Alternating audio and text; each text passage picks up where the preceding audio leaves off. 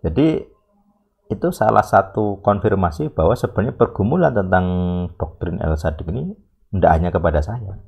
Banyak orang di luar sana sebenarnya yang menunggu seakan-akan. Mereka punya konsep, teori, pergumulan, keluh kesah. Tapi nggak terfokuskan, tidak terumuskan. Begitu mendengar El Sadik, oh lah ya ini yang saya cari. Tentang ketuhanan, tentang pemuridan. Ada banyak orang yang merasa oasis di tengah gurun. Nah ini seperti ini gitu. Apalagi nanti dengan tes power teman-teman bisa merasakan sendiri. Tuhan versi saya yang saya imani selama ini sebagai orang Kristen kok beda dengan Tuhannya El Sadik. Teorinya lebih jelas, konsepnya, prakteknya juga lebih jelas, ada kuasanya gitu. Dan konsisten gitu ya. Kalau A ya A, kalau berkuasa ya berkuasa, kalau tidak ya tidak. Orang Kristen mengaku Yesus nama di atas segala nama, tapi manggil Yesus dengan tengking, segala tengking, jengkang, jengking, yang bokongin jengking gitu ya. Nengking asing bokongin jengking. Rohnya tidak keluar gitu ya. Karena nggak ngerti teorinya, konsepnya nggak ada. Mereka mengira pengusiran setan itu tinggal diusir saja. Mereka lupa bahwa orang-orang yang diusir setannya itu pernah bertobat di dalam baptis Yohanes. Mereka nggak ngerti sejarahnya, mereka hanya ngerti ujungnya saja, pengusirannya. Padahal semua orang yang ikut Yesus itu baptis Yohanes dulu. Ada pengakuan dosanya. Orang Farisi yang keturunan ular beludak tidak mungkin ikut, tidak mungkin dilayani. Makanya di El Sadik, kalau orang tidak sampai kepada hakiki ini, nggak mau saya layani. Dulu masih saya layani, tapi lama-lama saya filter. Pokoknya asu babi buang saja. Beberapa waktu lalu saya dapat pesan dari pendeta I ya, dari tim El Sadik. Jadi kami punya pasien dulu di Suloraya ini ya. Karena beliau di daerah dulu di Purwodadi ya, jadi tidak bisa melayani, bahkan sekarang di Semarang. Terus kemudian dulu saya sempat melayani pelepasan. Dia dari Murtadin, sudah baptis. Nah, karena saya nyimpen nomornya di beberapa hari ini dan ya sudah agak lama sih, berapa bulan mungkin. Saya mengamati ini kok kayaknya balik lagi nih ke agama lama gitu ya.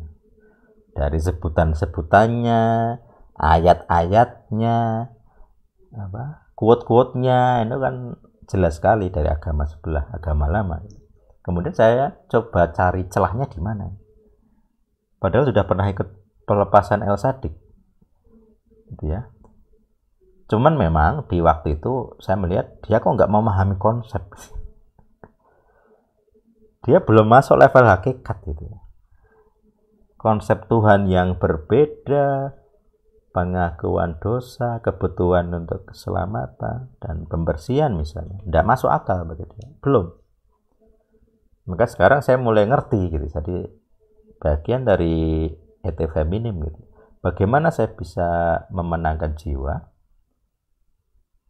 Filternya harus jelas gitu.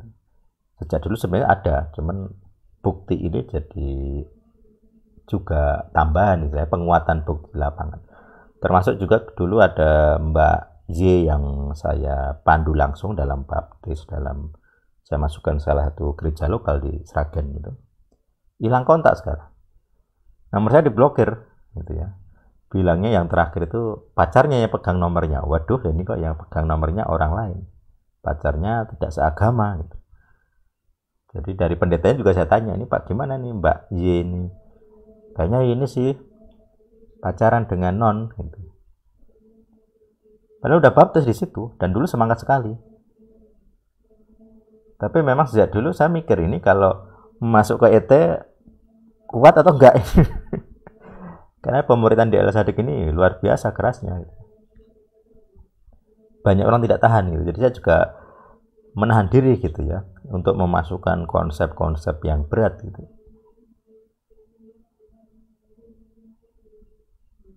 Tapi ternyata itu, jadi saya sendiri sedang mempersiapkan roadmap gitu ya jangka panjang. Bagaimana jemaah-jemaah itu pengen saya tidak mau ngambil dari gereja-gereja yang sudah ada sebenarnya.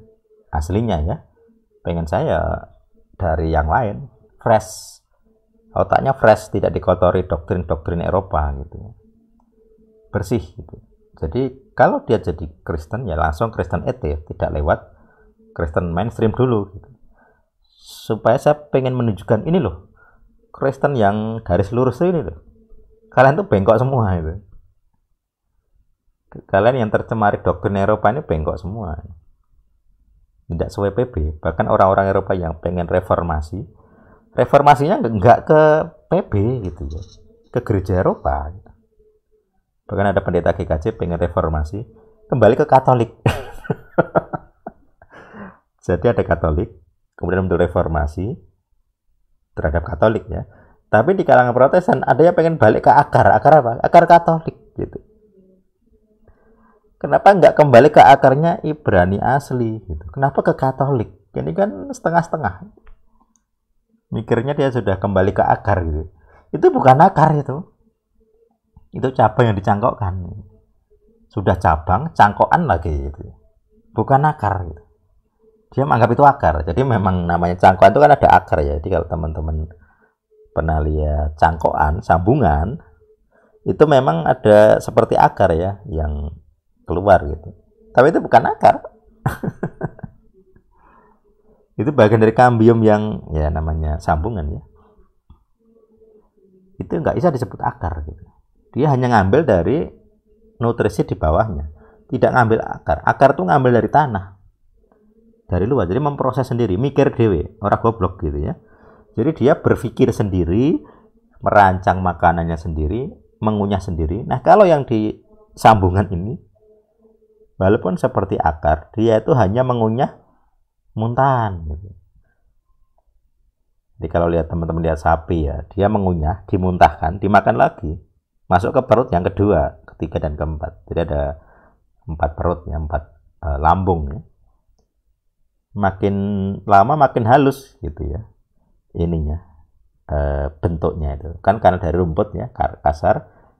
Dikunyah terus sampai halus berkali-kali. Di level sambungan ini, dia tidak dari nol. Dia hanya dompleng saja. Nah cilakannya di dompleng itu Eropa. Gitu. Gereja Reformasi masih menyembah Maria. Masih menyembah piano, mewajibkan piano. Mana ada kata piano di Alkitab? Bentuknya saja sudah enggak alkitabiah. Jadi gereja kalau tidak nyanyikan himne dengan musik piano sesat. Pakai musik jedak-jeduk sesat. Sing goblok iki pendeta reform apa karismatik gitu. Yang reform bilangnya sesat itu. Kalau musik nggak ada piano sesat. Di Alkitabmu yang kamu pakai itu nggak ada kata piano. Musik di Alkitabmu itu pakai rebana, ya musik-musik Yahudi. Mana ada piano? Jadi artinya kamu sendiri bentukmu salah, nggak Alkitabiah. Musik himnemu juga salah. Himne itu musik Eropa. Tidak lebih rohani daripada musik itu dangdutan itu. Itu jiwamu saja, jiwamu jiwa Eropa. Jadi kamu nikmati himnemu. Bukan rohani, itu jiwanya. Jadi ketika merasa musik pop untuk kerohanian itu sesat atau salah, tidak diterima Tuhan. Nah Tuhan yang mana? Di PB tidak ada musik himne, tidak ada piano, tidak ada musik Eropa. Musiknya kayak rebana itu. Mungkin kayak beberapa musik-musik Islami ya. Ya, saya lihat beberapa musik Ibrani, orang Ibrani asli ya. Ya gitu, mirip kasidahan itu. Itu dulu dipakai sejak PL. Kalau kamu bilang tidak terima Tuhan, ya lebih rohani piano, ya itu salah. Jadi beberapa ajaran reformasi pun itu di level tarekat, kelompok. Saya kelompok reformasi. Yang lain pokoknya kalau nggak reformasi nggak masuk surga. Intinya begitu. Jadi kalau KKR itu mengundang karismatik, kasih duit biar datang, sambil dicap sesuatu, kalian pendeta karismatik sesat semua. Kalau saya jadi pendeta karismatik, satu, mending nggak datang. Yang kedua, begitu dia ngomong sesat, saya pulang. Walk out. Semua pendeta karismatik, walk out. Biar merasakan gitu. Mulutnya yang kotor itu biar ngerti dosanya apa. Kamu ngundang orang, kamu cap sesat, terus disuruh diam, disuruh taat. Lah mulutmu aja berdosa kok. Pendosa kok pengen ditaati. Gitu ya. Kalau kamu pengen ngundang orang, undang jemaatmu sendiri. Undang jemaat reformmu, berapa coba? Undang tanpa uang. Kamu anti teologi kemakmuran, tapi kamu ngundang orang dengan uang. Coba kalau nggak ada tawaran uang, mau nggak itu datang? Kalau mereka datang dengan uangnya sendiri, itu ketulusan. Kalau mereka datang karena ada transport, ya itu suap namanya.